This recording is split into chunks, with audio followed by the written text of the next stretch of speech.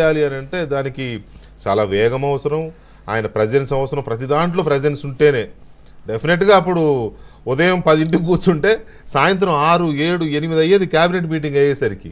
మీరు ఇందాకే చెప్పారు, మీరే చెప్పారు, కలెక్టర్ల సమావేశాలు 2 days 48 hours జరిగేవి.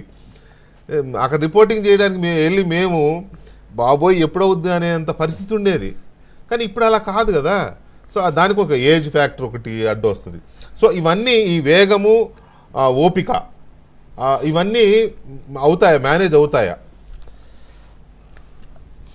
ఇప్పుడు నేను 95 నుంచి 98 వరకు హైదరాబాద్లోనే చదువుకున్నా నా గ్రాడ్యుయేషన్. ఓకే.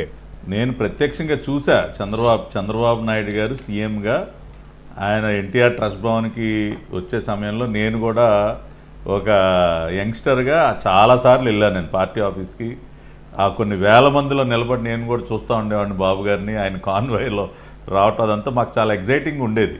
సో నేను ప్రత్యక్ష సాక్షిని అనేక సందర్భాల్లో హైదరాబాద్లో. కాబట్టి ఖచ్చితంగా అంటే ఇప్పుడు కూడా ఎందుకు ఆ వేగం ఎందుకు అవసరం, ఎందుకు CBN 4.0 95 టైంలో ఎలా ఉన్నారు, ఇప్పుడు మళ్ళీ బాబు గారు అలా ఉండాల్సిన అవసరం ఎందుకు ఏర్పడింది అన్నది ఒకసారి మనం ఆలోచిస్తే వీకే గారు, ఒకటి గతంలో అప్పుడు ఆయన ప్రజల మధ్య అనేక కార్యక్రమాలు చేపట్టి ఎక్కువగా ప్రజల మధ్య గడిపినటువంటి పరిస్థితి. ఇప్పుడు కూడా అదే పరిస్థితి ఉత్పన్నమైంది. దేనికంటే ప్రజలందరూ కూడా పెద్ద ఎత్తున ఒక రకమైన నైరాశ్యంలో ఉన్నారు వీకే గారు. అందుకనే కదా అంత పెద్ద ఎత్తున వన్ సైడెడ్గా చంద్రబాబు నాయుడు గారు ముఖ్యమంత్రికి గెలిపించారంటే వాళ్ళకు ఒక ధైర్యాన్ని ఇవ్వగలిగినటువంటి వ్యక్తి చంద్రబాబు నాయుడు గారు అని చెప్పి నమ్మి వాళ్ళు ఏకపక్షంగా ఓట్లేసి బాబు గారిని గెలిపించారు. కాబట్టి ఆ రకంగా నిరాశ నిస్పృహల్లో నైరాశ్యంలో ఉన్నటువంటి ప్రజలకి ఒక భరోసాను కల్పించాలంటే ఆయన ఏదో అమరావతిలోనో లేదంటే ఆయన ఆఫీస్లోనో కూర్చుని అటువంటి మెసేజ్ ఇవ్వలేరు ఆయన. అందుకనే ఇవాళ the situation today demands Chandrababu Naidu garu to be more among people, ప్రజల మధ్య ఎక్కువ ఉండాల్సినటువంటి సమయం ఇది. అందుకనే ఆయన ఆ పందాన్ని ఎంచుకున్నారు. మొన్న జరిగినటువంటి కార్యక్రమం దానికి ప్రత్యక్ష ఉదాహరణ.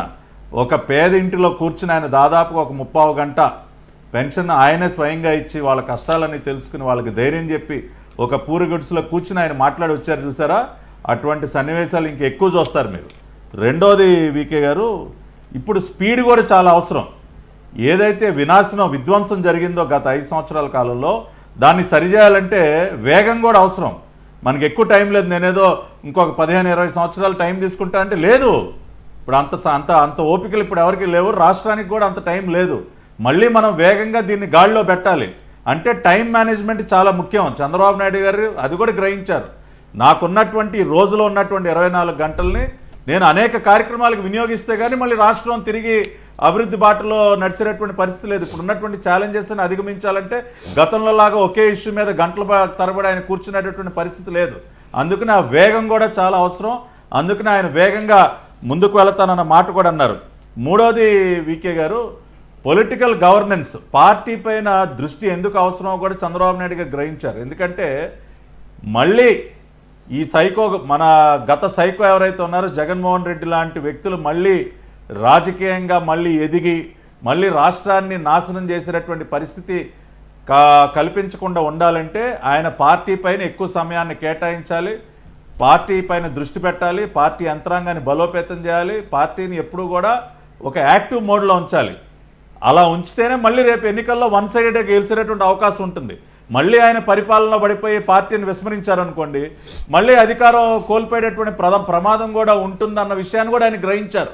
అందుకనే మళ్ళీ ఈ జగన్ రెడ్డి ఎవరైతే భూస్థాపితం అయిపోయాడో ప్రజల చేతుల్లో, అతను మళ్ళీ లెగకుండా ఇంకొక 10 సంవత్సరాలు 15 సంవత్సరాలు మళ్ళీ తెలుగుదేశం పార్టీ ప్రభుత్వం, కూటమి ప్రభుత్వం అధికారంలో ఉండాలంటే ఆయన పొలిటికల్ గవర్నెన్సే మార్గం అని ఆయన గ్రహించారు.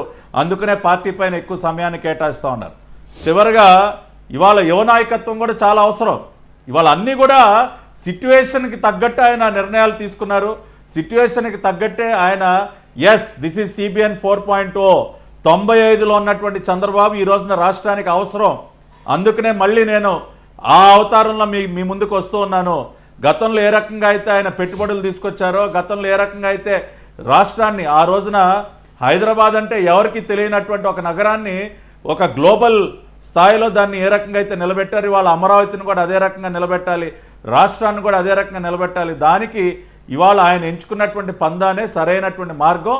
కాబట్టి ఇవాళ ప్రజలందరూ కూడా చాలా ఆనందంగా ఉన్నారు, పార్టీ కార్యకర్తలు ఆనందంగా ఉన్నారు, చంద్రబాబు నాయుడు గారు సరైనటువంటి మార్గాన్ని ఎంచుకున్నారని చెప్పి ఎవ్రీవన్